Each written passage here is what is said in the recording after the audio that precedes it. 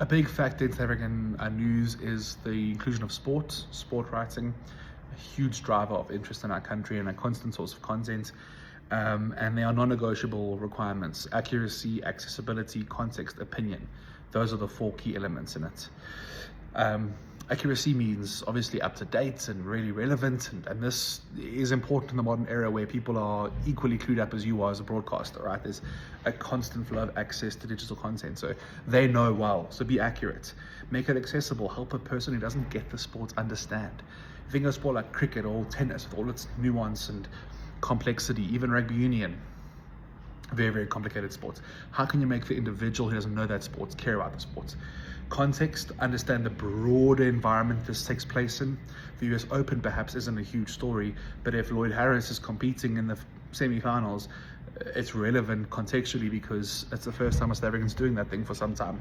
And then opinion, include who you are and help us understand what you feel about these things. If you're a Pirates fan, make that part of your narrative. It's your storytelling. You are the character being developed. There are essentially two destinations for your work, and it depends on your style of writing. Some are news bulletins and some are sports programs. News bulletins, short 3-minute punches at the bottom of the hour on breakfast, drive and weekend breakfast shows.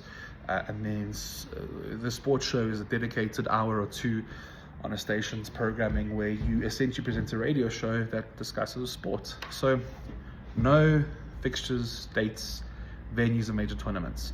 Know what's going on.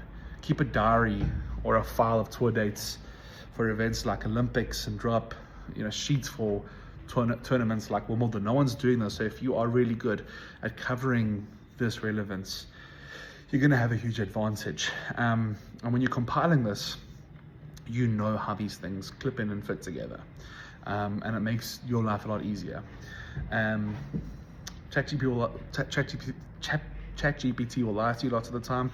It'll make up fixtures. So the skill of knowing what's going on is really important as a modern sports performer. And you don't have to be an expert in every single sport, but know a little bit about everything. That's a great lesson I learned from Mark Lewis back in the day. He was a great sports journalist at EWN. He told me he doesn't understand lots of the sports that he does, but doesn't follow them closely. But he knows enough to get by, and that makes him seem like he's always in the know. So that's the thing, managing the perception that you know all the sports. Understand the sport, know the story you're trying to tell. Don't report on something that isn't true. And don't ask questions at press conferences that you should know the answers to. Know your facts, because you'll discredit yourself quickly. People need to understand that listeners don't know the way you know many times. Not every listener knows that there's a great rivalry between Sunderland and Newcastle, for example. Help me understand that as a listener, so I can make sense of why the story should matter to me. And understand that players and athletes are not your friends. They're not part of your private life. So you're going to spend time with them. Don't cross that threshold. And if you are going to be critical, understand that sometimes it will come back to bite you. You have to be critically careful about your own personal feelings clouding your perspective on that performer. A good example is a guy like Pitso Mosimane, who would switch off to Robert Marawa because they had too much interpersonal exchange. It leads to an awkward interview in both cases. Obviously, you want to talk about sports like soccer, cricket, rugby in South Africa. Those sports matters. But there is a growing participation and interest in sports like running, golf, cycling, and then most importantly, the developing interest in women's sports in South Africa. So as I present this, the Rugby World Cup has started for the women. That's an important talking point now that 5 years ago may not have been on the sports bulletin. So don't neglect stories from these wonderful sports where we can make it relevant to people. Good sports content is about not just making it as easy as possible for yourself, but it's about developing strong storytelling that can live beyond just the sports bulletin. Write the news story with the part that is most important, make it sharp, make it to the point so people understand what's going on quickly. And then for any sports segments that follows, rewrite your copy, change the angle, adding detail, bring in a guest, do something to grab the attention and flesh the story out in a meaningful way. So in the bulletin, concise, get to the point, take a stance, and then later on you can flesh it out and create more content around that. Don't use the same script. Try and change up your bulletins as you go so it sounds less repetitive. And who scored, who was the scorer, important details, and then try to add a level of interest to it. Understand context and help me care about what you are telling me. Variety loves hearing, people love hearing variety on the radio. Texture is important, and hearing your sports star talking about the sports is a key part of your job. So getting audio clippings is kind of central to what your exercise will be as a radio sportscaster. People are less inclined towards you, but they want to hear what the experts, the players, the coaches themselves think. So sound bites between 15 and 25 seconds add nice variety to a story. And always include them to add that texture and variety. In a sports bully, you want to have a nice headline that explains the story. So for example, Oswin Apollos has been the recipient of 3 red cards and misses this weekend's semi-final against Sundowns.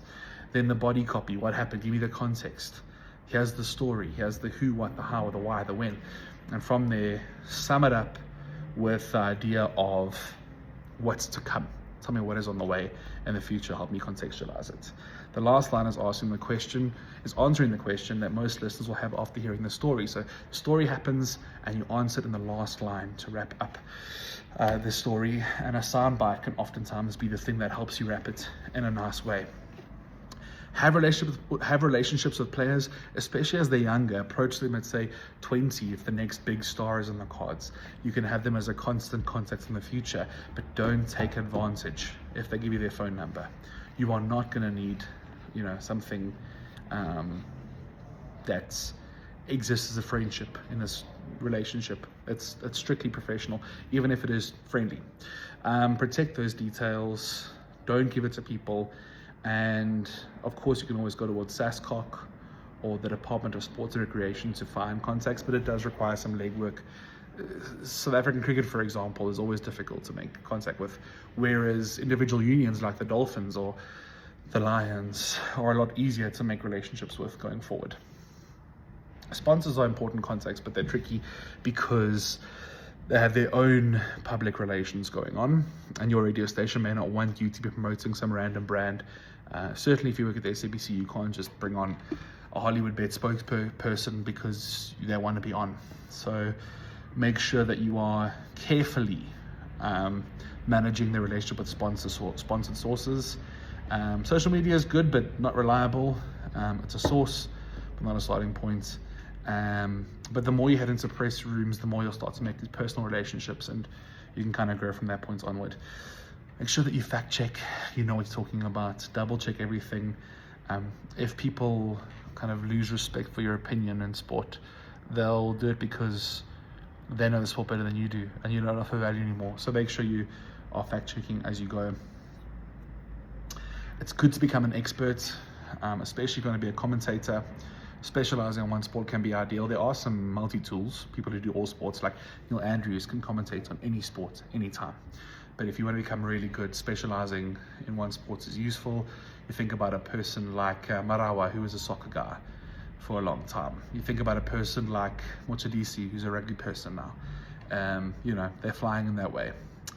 But if you want to become a radio jock, you want to essentially become a jack of all trades, knowing something about every sport and covering the most popular sports all the time. That's why Marawa's expanded now, and he's got a kind of angle on all sports, though his favorite is obviously still football. Knowing your audience is important. So if you are a broadcaster on Metro doing their sports show, you know that your audience is majority Nguni speaking, and the most popular sports among those people is by far football, as is the case in every country. Football is always a favorite. How interested is the average South African in rugby? Pretty interested, growing, so provide the kind of similar level of interest. Is cricket still a prominent sport among the majority of Metro's listeners? Probably not, to be honest, unfortunately. This is due to the SABC's lack of coverage for Proteas matches, in fact, which is a real shame. 2000's kind of fallen away, but as a result of it, for the individual broadcaster, maybe don't consider it. In terms of interviews, prepare each subject really well. Few things will irritate a guest more than your lack of facts or knowledge or context. Earn their trust by asking great questions, and you do that through good research. If you can find a guest that's maybe a bit reserved, but you get them thinking, you get them invested, you challenge their intellect with a great question, not in a confrontational way, but in a compelling way, you'll get the best interview possible. So can you find an angle? Are you able to go looking and potentially speak to Kama Billiat's first coach before his interview about retiring from football? Is that possible? Can you do that? Get those details right so you can present the best possible area of interest. Prepare your questions, but don't read them off a notebook. Understand what you want to ask. It gets better as you go. And once you do that, you'll listen intently, pay attention during the interview, and take it down paths and avenues you didn't expect. Listen to the interview, guide the interview, and don't let people get away with answering in a generic way. Try and push them for a good answer. And that's kind of the key thing. Make sure that you cover all the matches of the day, regardless of whether you support the team or not. If you're a massive Sundowns fan, you can't not mention Sekhukhune versus Stellenbosch, although it may be less pertinent to the average listener. And never show bias against your own national team. Criticizing them is acceptable, but don't put them to the sword too often, because people love those teams, justifiably.